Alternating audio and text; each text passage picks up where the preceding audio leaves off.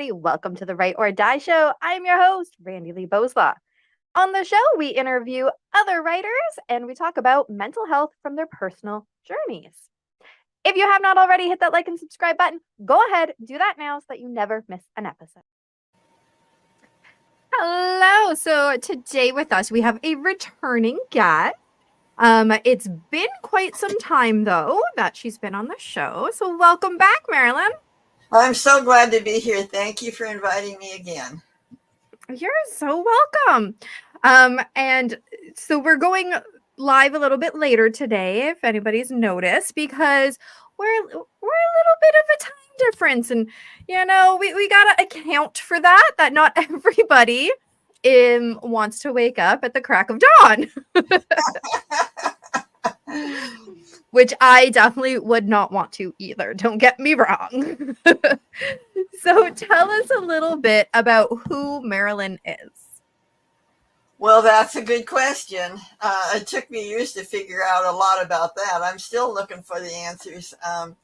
I was raised in domestic violence, mental illness, addictions, all kinds of addictions, and have all kinds of abuse growing up. And I did not know what was going on, but my life definitely was going down the tubes, and I just felt totally lost. And I'm very fearful, walked in fear, guilt, and shame for most of my life until I was in the 40s. And I actually had a bottom, you might call, where I said, finally, God, please tell me, help me. I really don't want to die, because the doctors, because of my anxiety, the doctors gave me prescriptions, which I got addicted to. And I ended up in treatment where I found out one drink of alcohol and one pill is 6 times the effect. So that made the mental illness even worse. I was raised in it and I was making it worse. So things got pretty hairy. My husband, ex-husband, he's gone now, tried to kill me several times, and I tried to get out of it several times by suicide. So I was a pretty sick cookie. And when I got to treatment, the doctor there said that I was in the last stages of alcoholism, because a pill is just a dry form of alcohol chemically, I found out. And I was in the last stages of alcoholism, and I was going to die. If I took any prescriptions or picked up any alcohol, it would be a death sentence. So I have not had a drink of alcohol or any prescriptions from the doctor for 38 years at this point, and found a path of spirituality that brought me out of the mental illness. I don't want to die. I don't want to use all those things the doctors told me to do, because it actually made it worse. And that's what brought about the book I wrote, because in finding out in the treatment center what the prescriptions actually did to me, and how they worked in my system, and they were actually toxic. They don't tell people when you're taking them. These are like poison. And so I obviously had to get some education and understand what was happening. And over I'm a person who has a lot of curiosity. And I started digging into what prescriptions do and what is going on and where they came from and all that. And all that research actually led me into the book that I've just published, A Spark of Truth. So what I found out is that we have been lied to for centuries, literally. It wasn't just current. Okay. So let's take this back. We're going to rewind a little bit. So I do remember last time you were on, we did talk about the addiction quite a bit more than other parts of your story. So I would like to talk about, because you brought it up, so hopefully you're okay with talking about it, trying to get out of a situation by suicide, because I don't remember that coming up in our previous conversation at all, because I feel like I definitely would remember that and we would have delved into that then, but I don't think we did. So I would really like to talk about that a little bit more, because we did talk quite a bit about the other side of things, the addiction and the prescriptions and stuff. Well, so where do you want to start with that? Well, that's a very good question. I really didn't even know. I mean, I never grew up from the age of 3 emotionally while I was mentally ill. I had no clues about how to live life. I had no tools. So here I am, not only in this crazy family of mental illness and addictions, abuse, but I married what I was used to. And so I still am in that crazy, I thought you get married and have a happy life and a great family and you leave the past behind. It doesn't work that way. No, it doesn't. What I've heard, just because you said, you didn't really grow up mentally since 3. I heard a saying once, probably on this show. Kitty, this is why I kick you out. And I heard a saying, anyways, that people who experience something traumatic, like an abusive household, are stunted at that age where it really started happening, and they're just kind of stuck at that age emotionally, because they weren't able to deal with it. That is until they do eventually deal with the traumatic incident. I don't know how true that is, but from talking to a lot of people and even going through therapy myself, I think there's some truth to that saying. So, emotionally or mentally, as you said it, age of 3, that's rough. Well, I saw my dad, my real dad, beat up my mom when I was 3 years old. That would do it. And I wanted to save her. And I was afraid he would come after me and beat me up too. So as a little 3-year-old, I know today it wasn't the smartest thing to say, but I said, God, take me off the face of the earth because I don't want to be hurt. And that was like a death wish. I know today. At 3. At the age of 3, I said, God, take me off the face of the earth. I didn't want to be found to be beat up too. My biggest fear in recovery was this physical harm. Somebody would hurt me physically. And I also tightened up my muscles really, really small, like violin strings get tightened up on the violin. Oh, yes. Because I thought if I was smaller, he wouldn't find me. Mm. And so the combination has been I'm still coming out of the tight violin strings in my body being loosened up. But I found out in recovery I had a death wish. And so that's where the alcohol came in. I wasn't really drinking alcoholically, but when I did drink, I relaxed. Mm-hmm. And then the combination I found out in treatment with the pills, with the prescriptions, was a deadly combination. Yes. So I was always trying to be okay, but I didn't have any tools of how to live. So I just did the best I could. And when the trauma and domestic violent abusive situations turned up and he tried to kill me several times, I ended up with a broken tailbone one night because of that. I didn't do what he wanted me to do. And several other times when he got really angry, he tried to kill us in a car accident. Oh my goodness. Various things happened. Well, yeah. And while we were building a house, he sat on me in the kitchen floor and banged my head against the floor because I wasn't going to agree to. In those days, people didn't have cell phones. This was back in. Yes. and it was probably attached to the wall too, right? Like not even cordless. Well, that's right. Exactly. And in those days, when I was a child, 8 people were on a phone line. And gradually through progress, we actually, when I was married, we had down to 2 people on a party line. And I wouldn't agree to pay more money to have a private line. And he was upset. So he banged my head on the floor until I would agree to the party line. And when I overdosed on pills in desperation as he was chasing me around the house, he pounded, he sat on me and pounded my head on the floor and then took me to the hospital to have my stomach pumped. So I had all these things going on over time, and you're getting the top of the story. When I didn't have any answers. And one Thanksgiving, my son was sitting in the living room watching a particular movie for his schoolwork.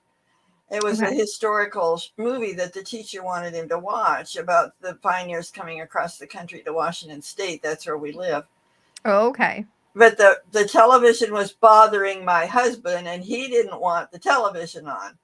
And so he came out in a rant and rave, and just it started with that, and it escalated to the point that I just couldn't handle it anymore. And so I went off to I taught at a school a mile away, so I drove over to the school and used that as my refuge in the nurse's room till I could kind of get my sense back together of, what am I going to do? So I kind of Hmm. calmed down, came home, put the turkey in the oven, and because it was Thanksgiving, and then Okay.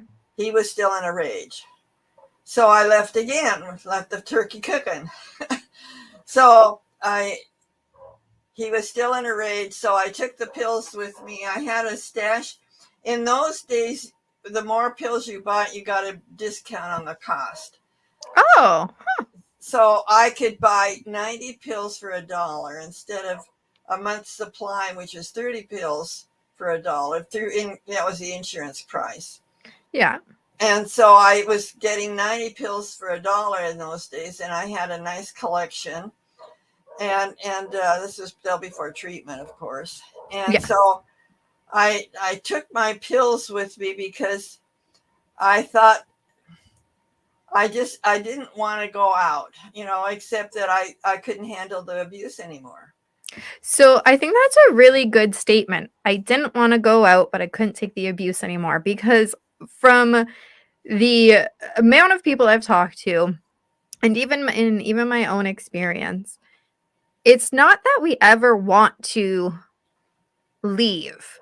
It's that whatever is happening, we just don't know how to make it stop, and we just need that to stop. Um, sometimes it's, somebody else doing it to you. Sometimes it's our own brains over and over. Whatever it is, it's not necessarily that I mean, you said it, have a death wish, right? It's more that we just don't have any way else to get out. Exactly. In fact, when I was taking the pills, um, I said to God, I says, I know you're not, well, I'd been to church, right? I Yeah. know you're not supposed to do this, but whatever you have for me is better than what's at home. And so now the story changes, and I ended up passing out from the pills, Hmm. and angels showed up. And there were six angels, and they put silk cords around my hands and said, now you can't take any more pills. Well, in reality, I could still get my hand to my mouth, but in this scenario, I couldn't. Yeah. And they told me I was to go home and not take any more pills. And that's I'd already had an angel experience. I went off the cliff at the Grand Canyon, and they saved us in that situation. So How this did you end up going off the cliff at the Grand Canyon? Well, it was a trip. We took our children down to Disneyland, and it was wintertime. It was Christmas vacation, and he always planned a trip during holidays so we wouldn't have to be at my parents' house because he couldn't handle my mother. Mm. So that was our distraction, was to take a trip somewhere. And so we went to Disneyland with the kids, went into Mexico, and on the way back, and this is December just before New Year's, Yeah. and there was snow up in the Grand Canyon, and the Grand Canyon is 8,000 feet high, so there was a lot of snow. It was December, and so we were checking the radio for the weather reports, and the Hmm. weather had mentioned it would be 48 hours before snow in the canyon. Okay. Well, we got up, and all of a sudden the snow came 24 hours early, and we debated, is it safe to go up there? And my brain said, it's a national park. The roads should be clear. I probably would have thought the same thing. I would have been like, oh, they must clear it. It's fine. And so we were, and here we are on this road on the south part of the canyon coming into the main village part. And there's a car, the snow covered the road so you couldn't see the center lane. And there was a car coming down what you would call the middle of the road. And we didn't know if to go. His comment to me was, do we go to the right or do we go to the left? Well, I assumed there was a shoulder on the right. And when we decided to let this car coming at us, just let them have the road, we'll get out of the way. Well, so he took the right and there was no shoulder. And as he stepped on the brakes to go on the right, we slid in ice and went off the cliff up. And the interesting part, there was a sanding cart right behind us and saw the whole thing. So he wired for help immediately. Oh, good. Yeah, because you wouldn't have even, like you said, have cell phones still, right? Yeah, we had nothing like that. This was back in the 70s. And so the sander guy signaled for help. My husband sent me down the road to get to the souvenir store so we could get help. We hoped from a ranger. Well, they were on their way to help us when I'm going to the souvenir shop. And so I had to hitchhike to get help. So I hitchhiked back to the accident and the rangers were there. And he said, he's scratching his head and he said, we've never had an accident like this where everybody walked out without a scratch. Wow. Well, that's good. Well, the angels, and I knew this immediately, when we went off the edge of the cliff, all of a sudden the car started to turn upside down very, very slowly, like a slow camera. For an old movies used to have slow motion. Yes. And so we were, I just knew 6 hands were on us, on the car. And I just knew that. I can't tell you how, but I felt it.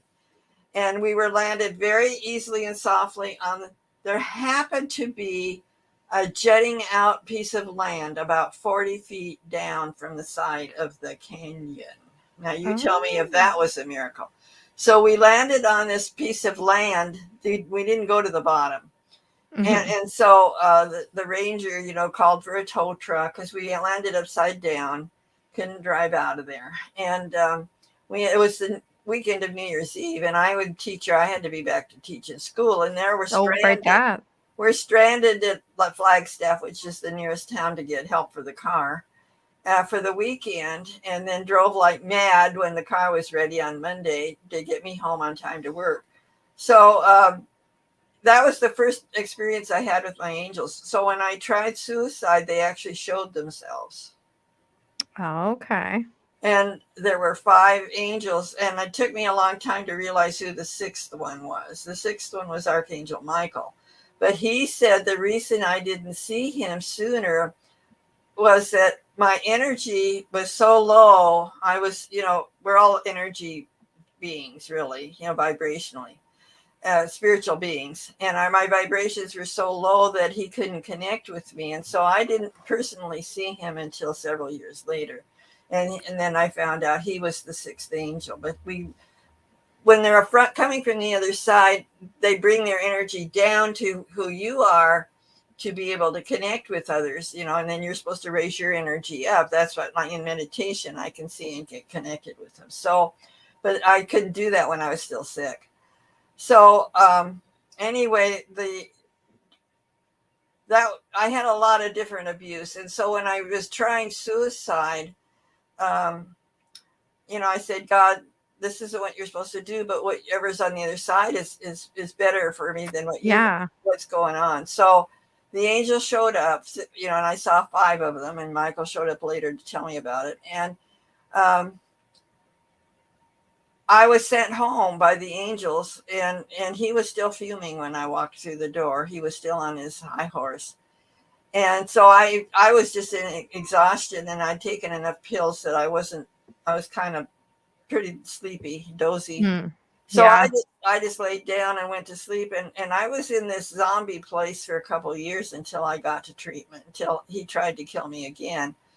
And so it was a matter of my having to come to the understanding, and it wouldn't have been, if it weren't for treatment, I wouldn't have found a spiritual path to get me out of the mental illness and the addictions and the abuse, because I didn't know.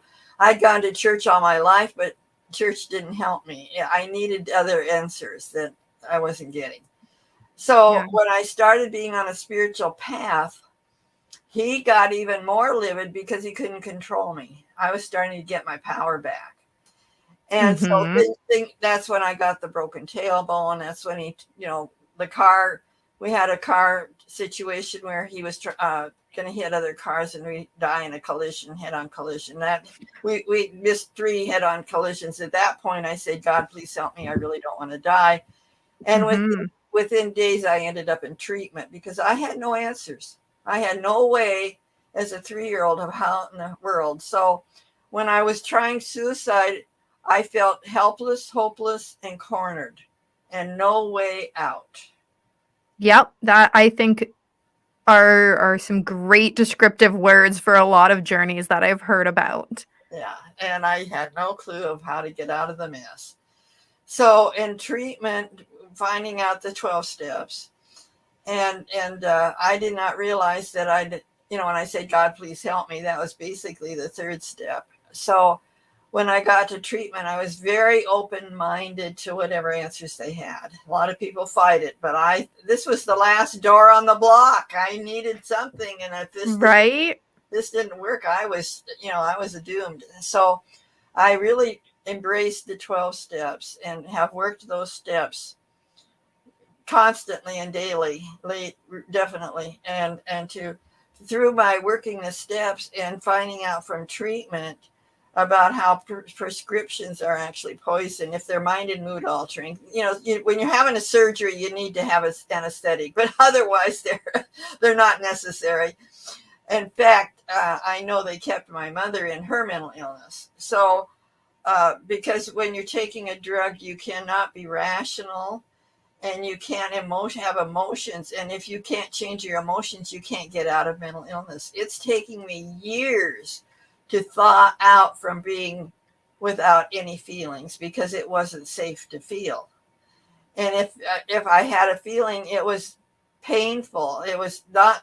I didn't know what love felt like. I didn't even know what love was, even though I went to church. And so it was when my stepdad was beating me with a 2x4. I said, well, what did I do? I was always trying to be perfect so I wouldn't get hurt again. Yeah. And so I said, what did I do this time? And he says, well, I'm only hitting you because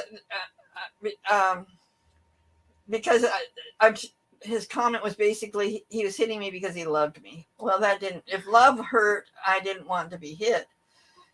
He had this huge stick bigger than he was, 2x4, and so I didn't want to feel because it wasn't safe to feel. But you can't get out of mental illness if you can't change your feelings. So through the 4th step, 5th step, 6th step, and counseling that I went through, I started addressing the abuse, feeling the feelings the best I could, but I still stayed without feelings for many, many years. And it's been a very slow struggle to allow that love to finally replace the fear. I let go of all my fears. That wasn't as big a problem because I knew that today they're an illusion and not real. But to replace it with love and grace is a step 7. And start to put love into my life. That was a huge transition to let go and let the love actually surface and come up. Yeah, after the fear's gone, you can let the love come up and start to treat. One day, well, mine's a pretty spiritual experience. One day I was meditating and God said, I'm the King of Kings and you're my daughter. It makes you a princess, and I want you to start treating yourself like one. And that was the biggest change because I was never treated that way growing up or in my marriage. I was Mm-hmm. always oppressed and abused. So that was a huge message for me that it was okay to be nice to myself and treat myself in a better way, buy myself a little treat or whatever. So That I think is another excellent point. It is okay to be nice to ourselves. I mean, we are always our own worst critics, always. And especially people, self-care is that hot topic word right now. And a lot of times it can feel like being selfish because you're taking time for yourself or treating yourself, being nice to yourself. It is totally okay to do that, but it does have this can not does, but it can have this kind of bad connotation with it, this bad interpretation that we give to ourselves, saying, oh, I have to do this instead. I can't take care of myself because I need to go and do that, or I'm not worthy of taking care of myself. I'm not worth whatever this little treat is. But the truth is that you are, and you should take care of yourself. Thank you. That's right. Well, I was so codependent that, in fact, the treatment that God put me in first was codependency treatment.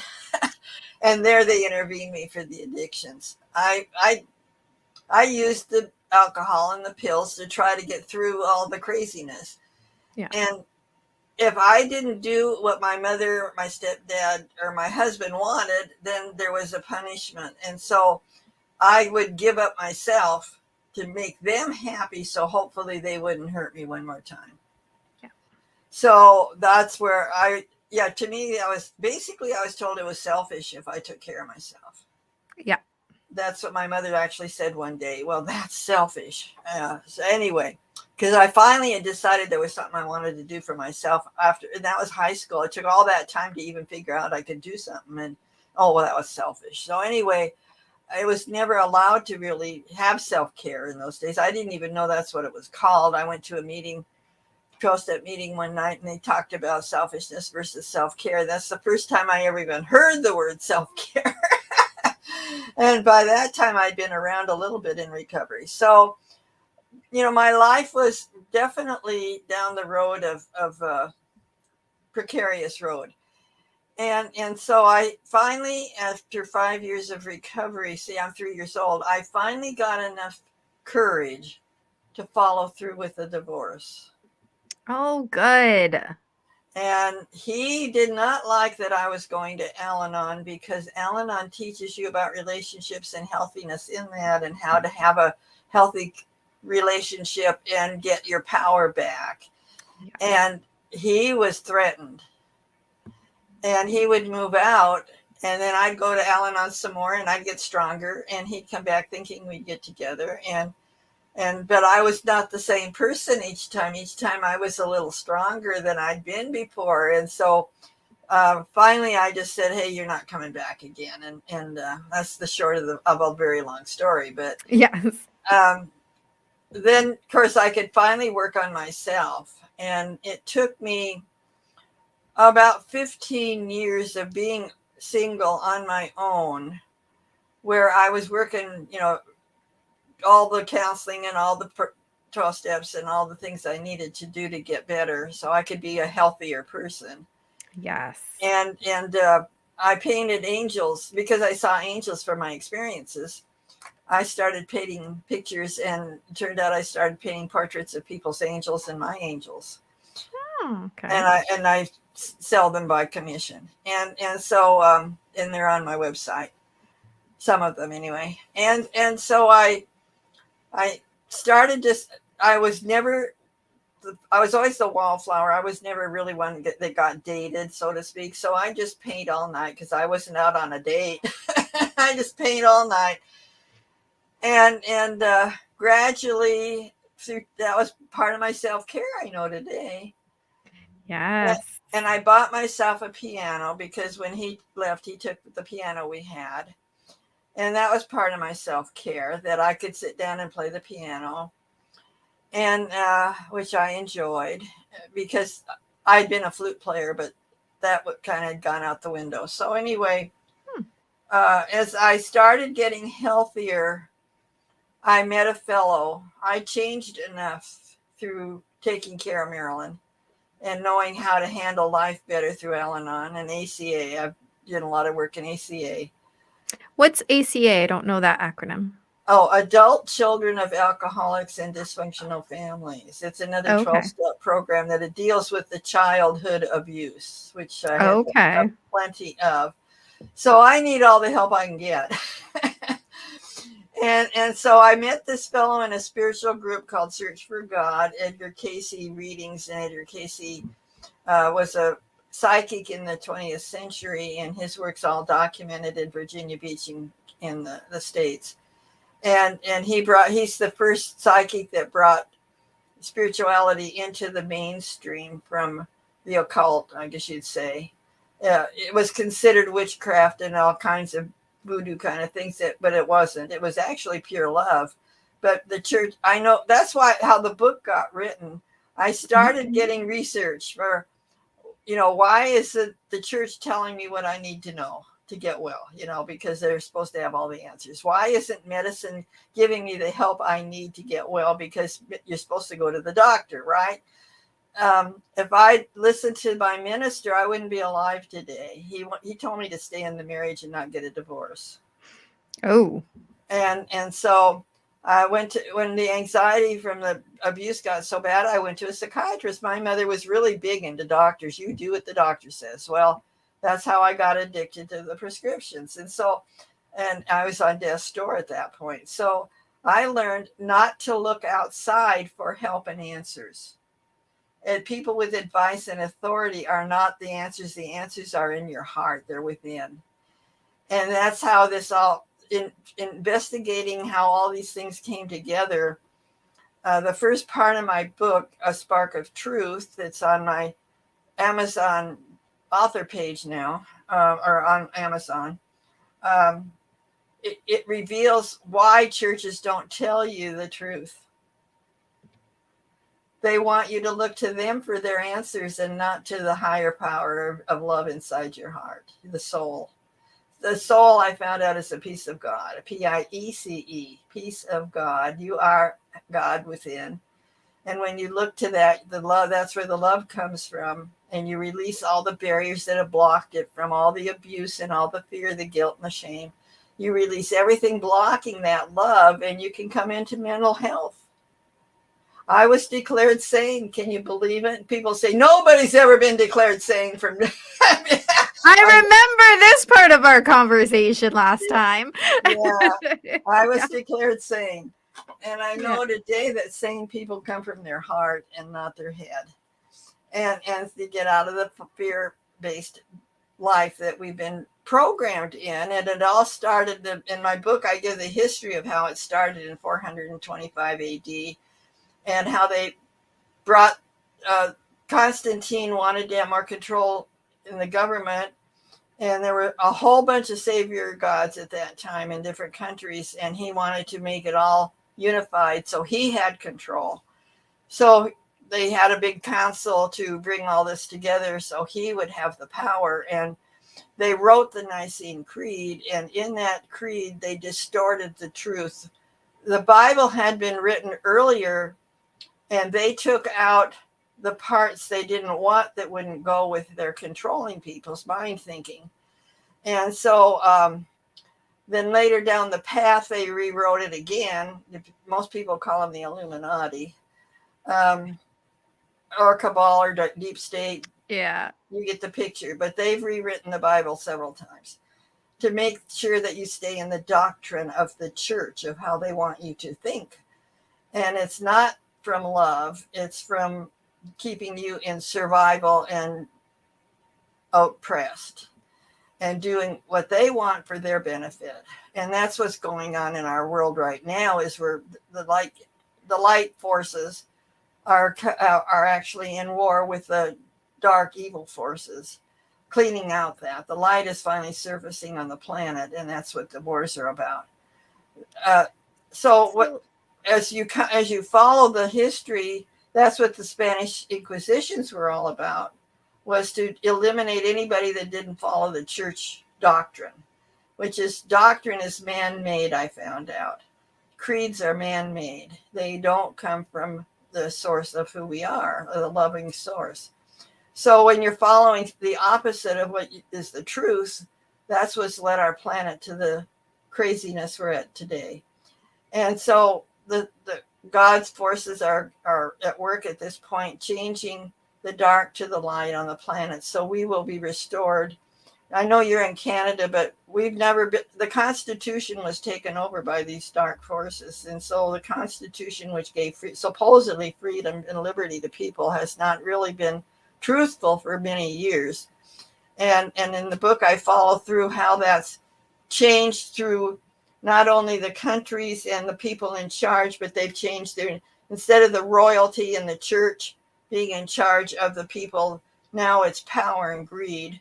But they just follow through with the same agenda to where we are today. And so the first half of the book is about the history and the problem and the solution, which is now being enforced and internationally.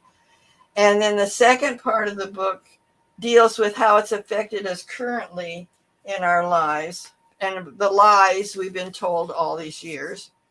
And I expose the problems with education. They took over education.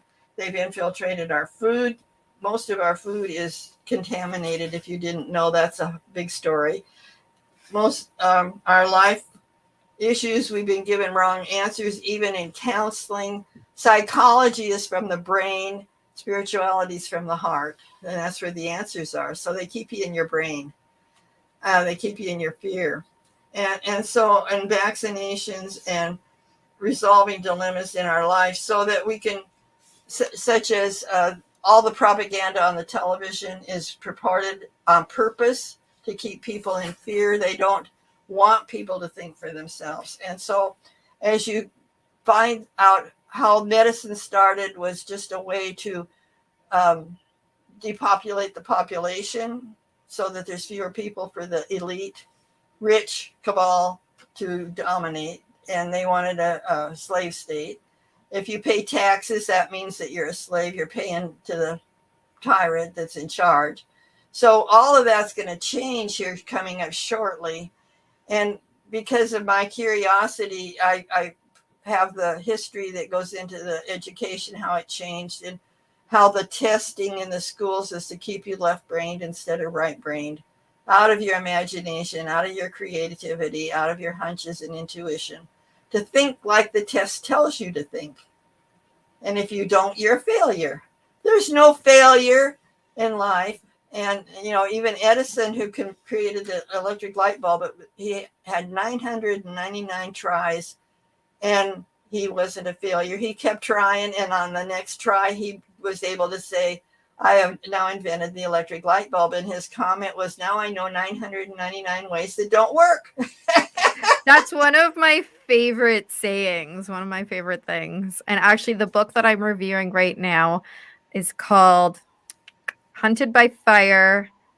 Cannot think of the author off the top of my head right now. But there's this little motivational speech that the one innovator guy is giving to the kids who are about to go on stage to show their invention. And that's what it was. You know what? What's the worst thing that'll happen right now? Your thing doesn't work. Okay, so you go back home and you try again later. It's not about if you win today, because it was like a competition. It's not about what you win. If you win today, if you fail, that's okay. You can pick yourself up and try again, and you just keep trying until you succeed. Exactly. So what we've done in our lives is we've believed all the lies, and they've been hidden from us and withheld from us, and on purpose, because then we're better.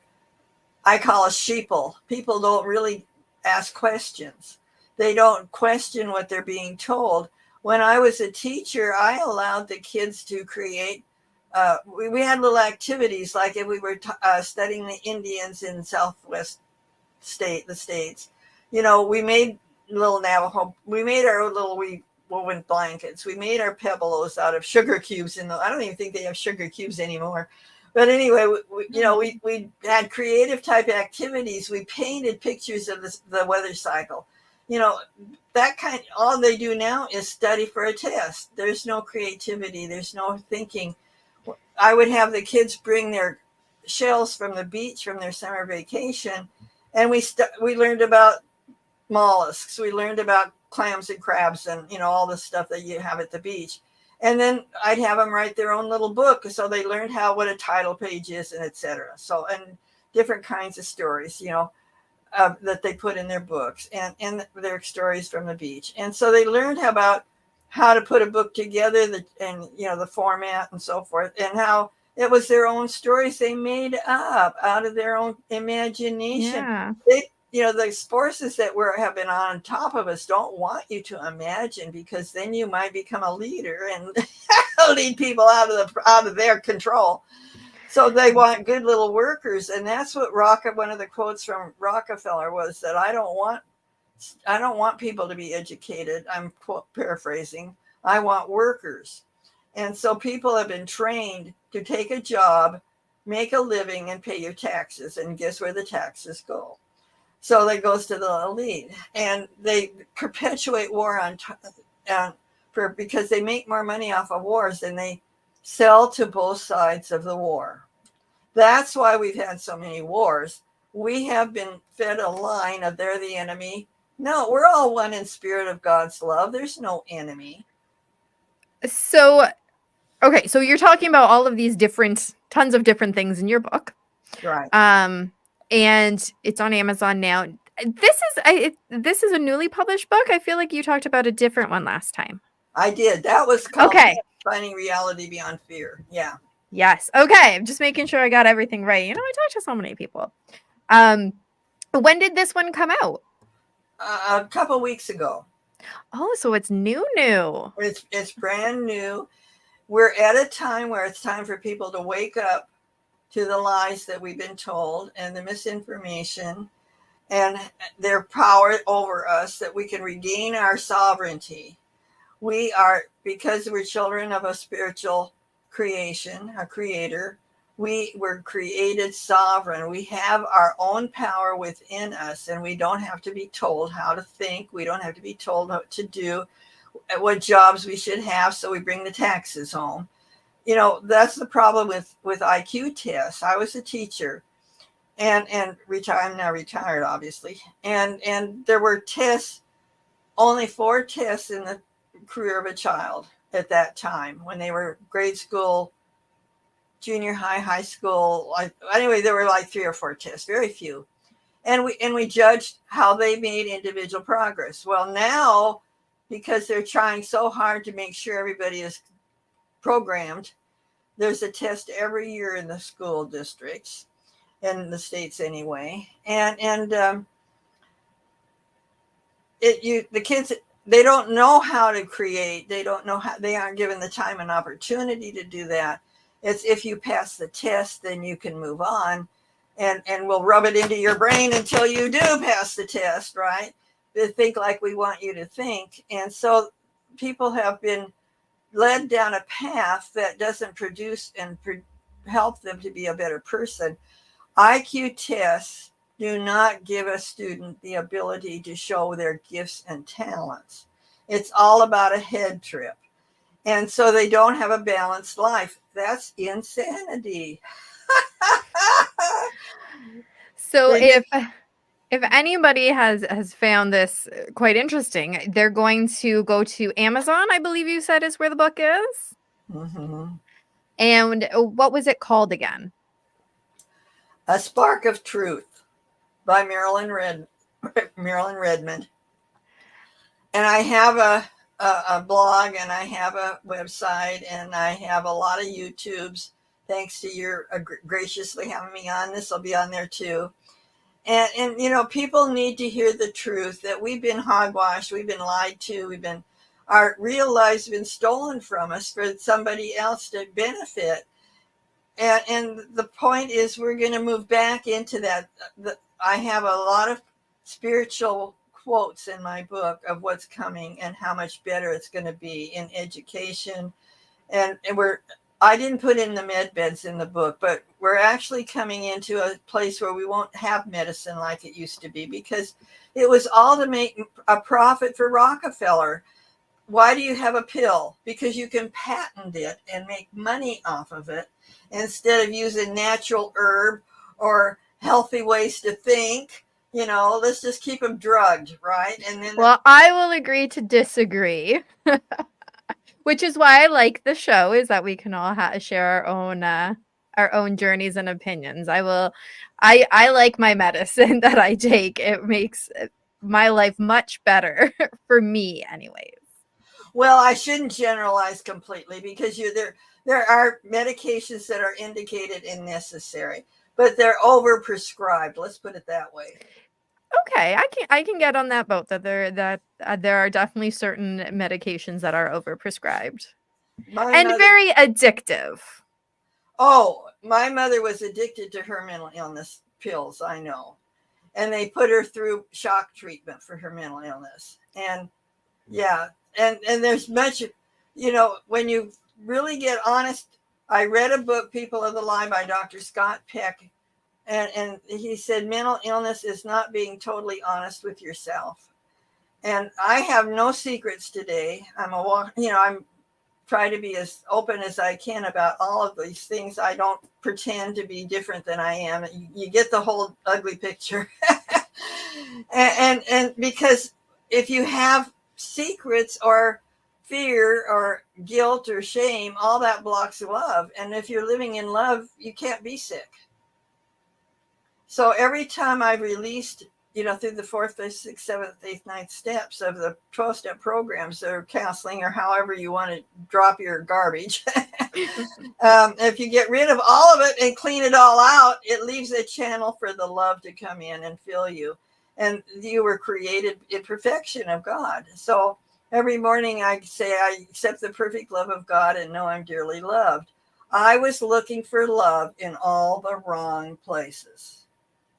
And I definitely think that is a common story for a lot of people. So I know you said that you have a website. Is there any other places that people can follow you to see what else it is that you're working on? Well, my Facebook page is going to be changing and bringing it up to date here shortly. But basically, my website and Amazon and my blog, and I do write a monthly column for a newspaper in England called the Sussex Newspapers, which is on the internet. And it's all about helping people to find the real person inside.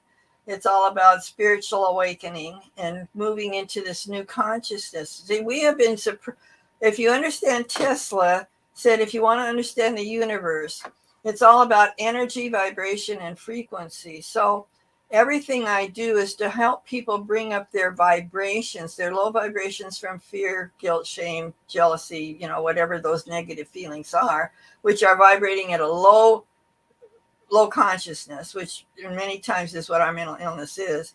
If you bring your consciousness, your energy of creation inside of you up to a higher vibration, and you have that higher frequency running your life, you're running it from love instead of from fear. And that's what we're all trying to achieve. And so all my work, all my books are various versions of how do I get into a higher consciousness where I'm a love-based person instead of a fear-based person. Very nice. So if you want to learn more, if something Marilyn has said is like really sparks some interest, you know where to go find her. We're going to throw the links down in the description, of course. And thank you for being on the show yet again. And so glad that you have your new book out. That's awesome. Congratulations. Well, it's real exciting because not everybody is open to receiving this message, but I hope that it might put a little spark in there that maybe I'm curious enough to check it out. And when we check it out and discover, what's really, our media and propaganda has really masked what is the real truth of what's going on in our lives. Government wise, the banking system is going to change. All these things are going to change so that we will not be in the old predicaments of the past and be enslaved to the government involved or the religions or whatever. We'll be able to think for ourselves and have our own life as we were designed to have in love. Yes. And that is why I love this show so much, right? We get to hear people's stories from all over the world, and everybody is unique and different. So, there's going to be somebody out there that's going to spark with one person, not with another person, but maybe with the next person. I love it. I love that we have this array of information, of journeys, of life, of experiences that we can just share. And everybody that's come on the show has been amazing, sharing so very openly. So, I appreciate that as the host for sure. I'm sure the listeners do, because without the amazing guests that we have, there would be no show. And I might cry a little bit. As always, thank you so much for the amazing guests that we have on the show. Be sure to check out their links down in the description below. If you want to support the channel, go ahead and check out our merch store. We've got some very cool things on there. That's my favorite. Sorry, I'm busy ending the stigma. But there's some other very cool designs. 10% of the proceeds always goes back to the Canadian Mental Health Association. Be sure to follow us on Facebook at RB Media because we have some great new shows coming up and you never want to miss any of those episodes. And remember, the only way to end the stigma of mental health is to speak openly and honestly. Bye!